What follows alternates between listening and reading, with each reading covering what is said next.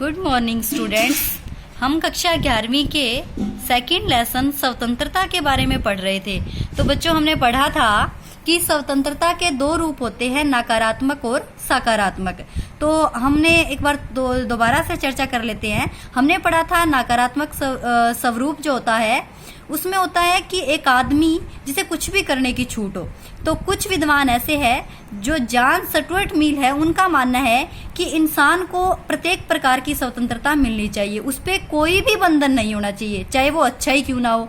कुछ विद्वान ऐसे हैं जिनका मानना है कि नहीं, ऐसा नहीं होना चाहिए। जैसे कि लास्की का कहना है कि अगर ऐसे हुआ तो जिसकी लाठी उसकी भैंस वाला वाक्य इस पे हो जाएगा। जैसे कि निर्बल व्यक्तियों का जीवन इसमें सुरक्षित नहीं रहेगा, तो आम आदमी का जीना दुश्वार हो जाएगा। इसीलिए किसी भी व्यक्ति को पूरी अपनी आज़ादी करने की, अपनी मनमानी करने की छूट नहीं होनी चाहिए। तो हमने पढ़ा था सकारात्मक और नकारात्मक स्वतंत्रता, जिसमें अलग अलग विद्वानों की अलग अलग परिभाषा है।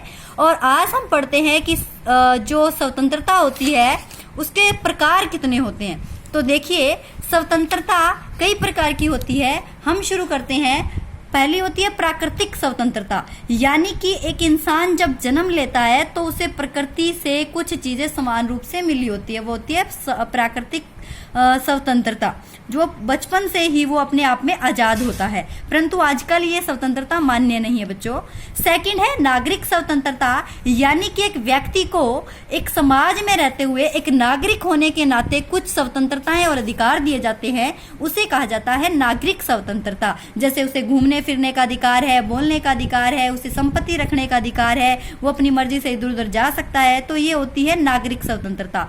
बच्चों, ध्यान में रखना कि प्रत्येक देश में नागरिक स्वतंत्रता के नियम अलग अलग होते हैं, ठीक है। तो इस नागरिक स्वतंत्रता के समर्थन करते हैं प्रोफेसर आशीर्वादम। नेक्स्ट हम पढ़ते हैं राजनीतिक स्वतंत्रता। राजनीतिक स्वतंत्रता का मतलब होता है बच्चों कि एक व्यक्ति जो किसी देश का नागरिक है तो उस देश के नियमों के अनुसार उसे शासन में भाग लेने, वोट डालने, चुने जाने आदि का अधिकार प्राप्त हो या उसे स्वतंत्रता प्राप्त हो, उसे कहा जाता है नागरिक स्वतंत्रता।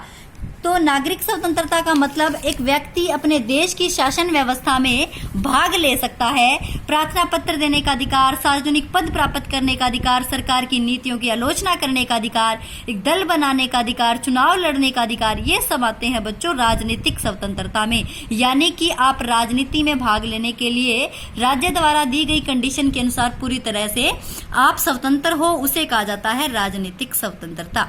नेक्स्ट है बच्चों आर्थिक स्वतंत्रता। आर्थिक स्वतंत्रता का अर्थ है स्वतंत्र प्रतियोगिता नहीं होता। उसका मतलब होता है कि आप आर्थिक रूप से स्वतंत्र हो कोई भी काम करने के लिए, अपनी एजुकेशनल या अपनी योग्यता के अनुसार आप किसी भी काम को कर सकते हो जो उस काम की योग्यता होती है। तो आपको आपके देश के नियमों के अनुसार काम मिलना चाहिए। अगर बेकारी या भुखमरी की समस्या है तो सरकार को भत्ते वगैरह देने चाहिए। ये होती है आर्थिक स्वतंत्रता। नेक्स्ट है बच्चों नैतिक स्वतंत्रता।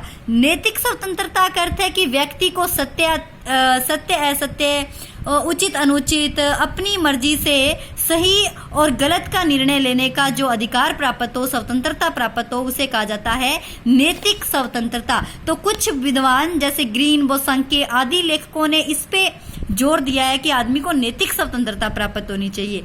तो बच्चों, आज के लिए हम इतने ही करेंगे। इसके 2-3 पॉइंट हम कल डिस्कशन करते हैं, वरना ये वीडियो लंबी हो जाएगी।